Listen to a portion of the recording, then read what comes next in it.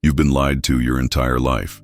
They told you your mind is the problem, that your thoughts trap you, your doubts sabotage you, your fears isolate you. They say you overthink, that you need to get out of your head, that peace comes from silencing the storm within. But what if that storm wasn't the prison? What if your mind wasn't the cage, but the key? Here's the brutal truth. It's not your mind that's broken. It's the world that trained you to fear it. You've been taught to distrust your own awareness, conditioned to flinch at introspection, punished for asking questions, rewarded for smiling, nodding, agreeing, even when everything inside you screams otherwise. They didn't want you quiet because silence is peace. They wanted you quiet because silence is compliance. And they dress that control in the language of mental health. This isn't a motivational speech. It's a warning. Because the greatest trick the world ever pulled was convincing you to police yourself, to chain your own thoughts, to fear your own mind, all while the real prison, the one built by systems, expectations, roles, rituals, and rules, expands its walls around you. They didn't need bars. They used likes, norms, corporate language, niceness, productivity, even spirituality. They didn't need to drug you. They trained you to medicate your own rebellion. They didn't have to kill your fire. They taught you to call it overreaction, and you believed them. Because the punishment for waking up was exile. If you dare to think too deeply, you're called negative. If you see too clearly, you're labeled unstable. If you stop playing the role they handed you, you're marked as dangerous. Because in this world, clarity is a threat. So let's be clear. This script is not for the easily comforted. It's not for the ones still clinging to the idea that healing means shrinking to fit. It's not for the ones who think mindfulness is obedience, or that calmness is surrender. This is for the ones who've started to suspect the truth, that maybe you're not insane, maybe you're not broken, maybe your anxiety is the alarm clock ringing in a burning building, maybe your depression is grief for the life you were forced to bury in order to be accepted. This is for the ones who stopped blaming the mirror and started noticing the mask. If you've ever felt like you were being punished for thinking too much, this is for you. If you've ever felt like you were suffocating in a room everyone else called normal, this is for you. If you've ever wanted to scream in a world that tells you to whisper, then welcome. Because you're not trapped in your mind, you're trapped in their design. And your only way out is through the very thing they taught you to fear, yourself. They taught you to treat your mind like a hostile witness, to interrogate your own thoughts like they were threats, to seek permission before thinking anything that wasn't pre-approved by the machine. But Nietzsche warned you. He always did. He called it the herd, the great flattening force that turns the human spirit into livestock. He called it slave morality, the elevation of obedience, meekness, conformity, not because they are noble, but because they are useful to those in power. He saw it coming long before social media, long before bureaucracy metastasized into culture. He saw a world in which people would be praised not for truth, but for submission, not for vision, but for silence, not for creation, but for efficiency. He knew what would happen when you chain lions and reward sheep. He knew what happens when strength is reframed as danger, and weakness becomes the new virtue. And you're living in it right now. The modern world didn't liberate the mind. It turned it against itself. Here's how the real prison works. It doesn't lock you in a cell. It convinces you the cell is your fault, that the anxiety is you, that the despair is you, that the endless fatigue is something to medicate rather than understand.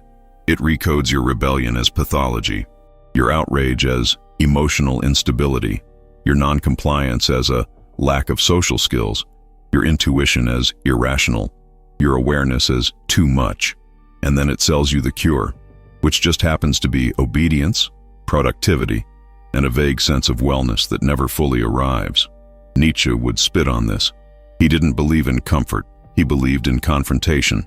He didn't chase peace. He chased power, not over others, but over illusion. He didn't worship balance.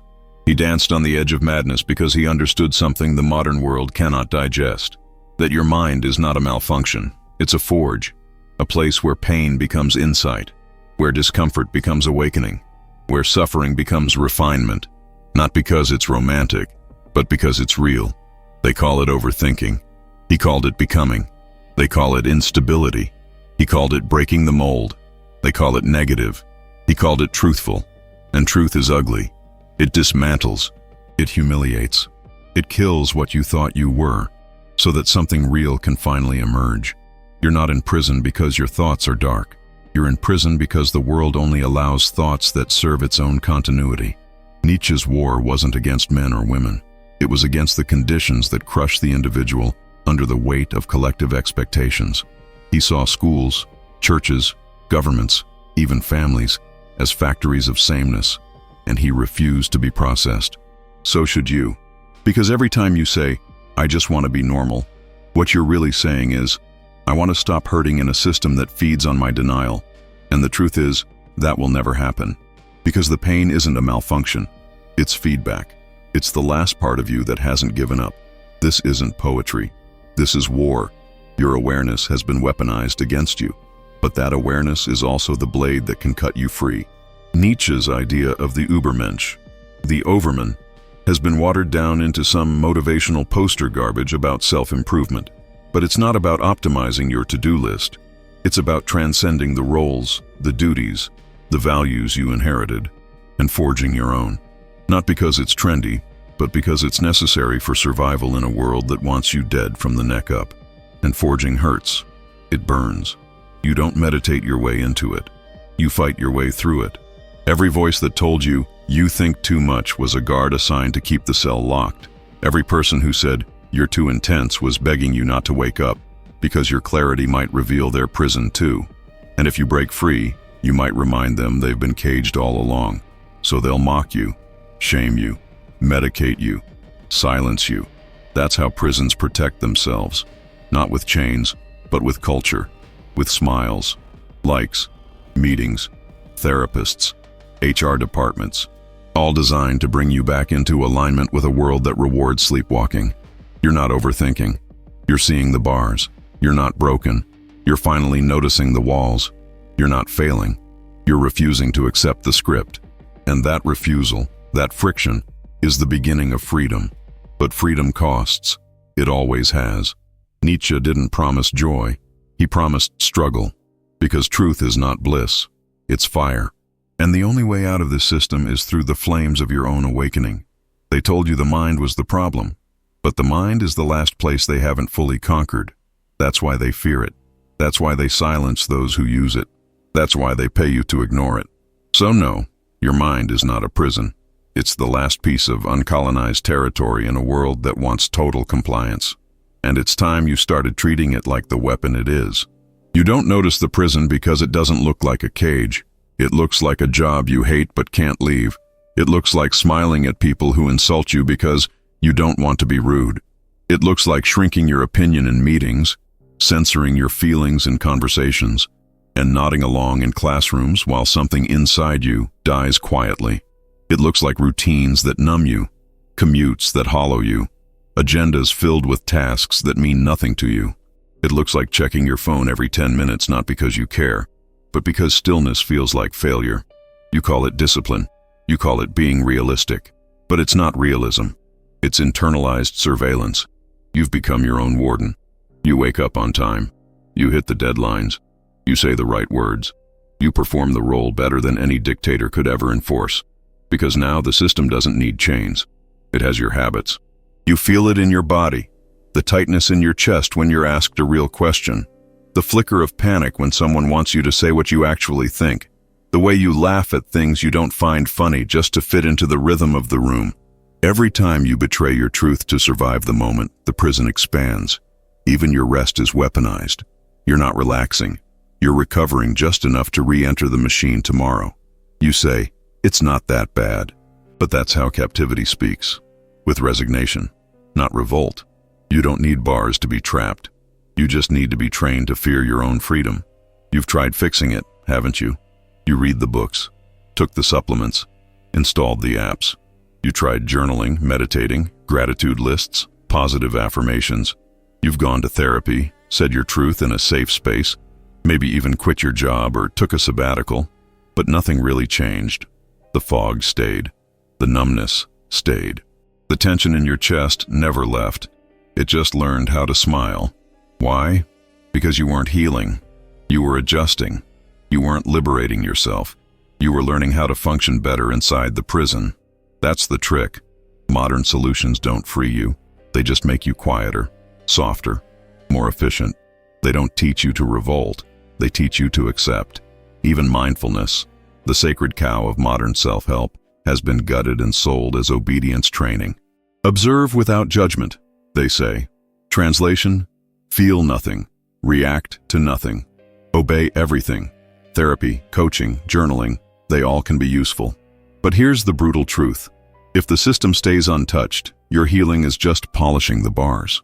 You've been taught to fix the symptoms while ignoring the source. You treat anxiety like a disorder instead of a signal.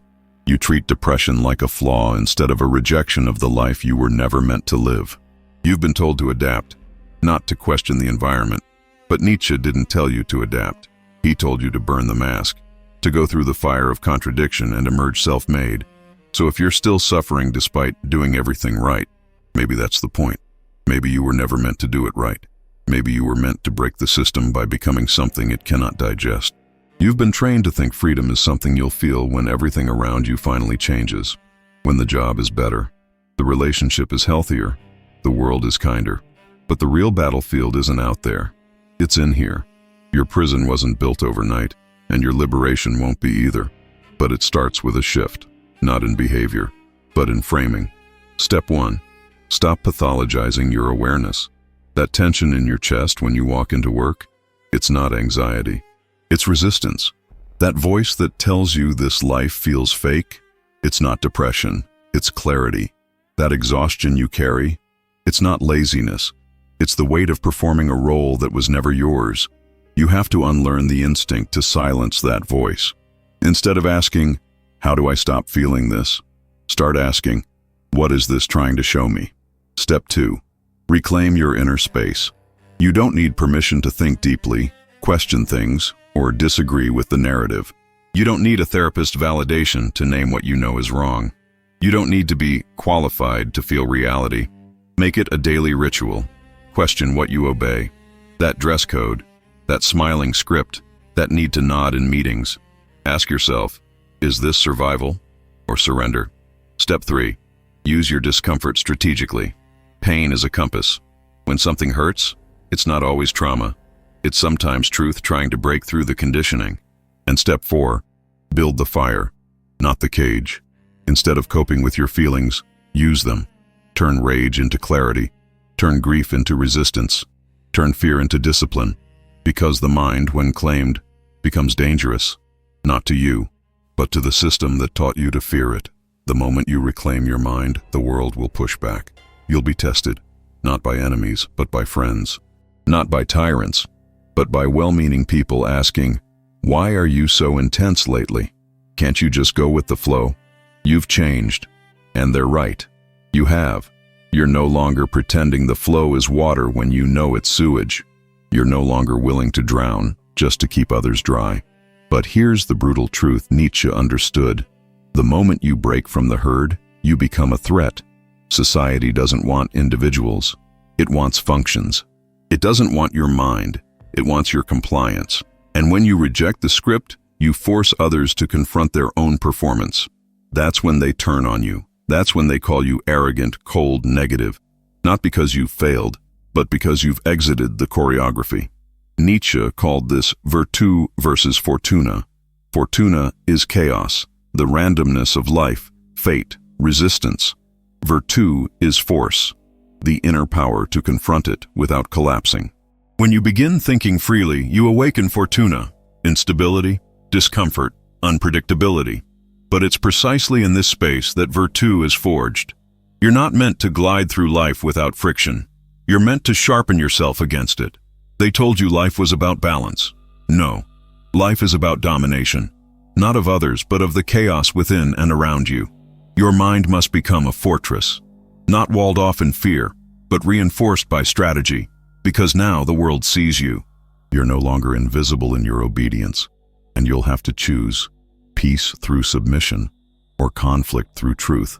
There is no neutral path, only silence or sovereignty. You've woken up. That's the first step. But awakening isn't enough, because now you're not just a prisoner, you're a threat. and threats are either destroyed or they outmaneuver. Here's how. First, detach from reputation. The system owns you through your desire to be seen as good. Good student, good worker, good citizen. But good is a leash, and the moment you stop chasing it, you become unpredictable. Let people misunderstand you. Let them mock your silence, your intensity, your refusal to play the game. You don't owe them an explanation, only outcomes. Second, weaponize solitude. The world made you fear being alone, because alone, you might remember who you are. So use it. Turn solitude into your training ground. That's where you study your enemies. Not people, but patterns, scripts, reflexes. That's where you destroy the false self that was handed to you and build one forged in fire. Third, live by code, not by feeling. The world runs on emotion, outrage, approval, shame, praise. But a free mind doesn't wait to feel inspired. It moves by principle. Write it down. Etch it in your skin if you have to. What do you serve? Truth, sovereignty, creation. Let that code guide your actions. Not comfort, not convenience, not applause. Fourth, stay untraceable in motive, but ruthless in outcome. Don't signal your rebellion. Don't advertise your awakening. Move quietly, build silently, act with force. Let them think you're harmless, until you're not. And fifth, remember that resistance is not a phase. It's a discipline. You'll be tempted to regress, to rejoin the herd, to soften, to apologize for thinking too much. Don't, because every time you betray your clarity to feel accepted, you re-enter the prison. And this time, you'll know you've locked the door yourself. Freedom isn't a destination. It's a stance. It's waking up every day and choosing clarity over comfort, power over pity, truth over peace. You're not here to fit in. You're here to disrupt. Now you know. You're not lost. You're not broken. You've been conditioned to distrust the only part of you that was ever free. The mind they told you to silence is the mind that could burn this world down. But truth without action is cowardice. Awareness without war is surrender. You don't get to know this and walk away unchanged. You don't get to see the bars and pretend they're walls of safety. From this moment forward, you have a choice. Return to comfort, to consensus, to the slow death of fitting in. Or rise and build the kind of inner world that no system can colonize. You will lose people. You will be misunderstood. You will feel the weight of exile. But in that exile, you will find something holy, your own authority. So here's the challenge. Not a question, not a suggestion, a command. If you're ready, declare it. In the comments, in your notebook, in your life. Write it, say it, mean it. My mind is not a prison, it's a weapon. No more shrinking, no more soft apologies, no more seeking permission to be awake. You've been chosen by clarity, and clarity demands action. So build, burn, speak, resist, and when the world calls you insane, dangerous, defiant, smile, because you are. And that means you're finally free.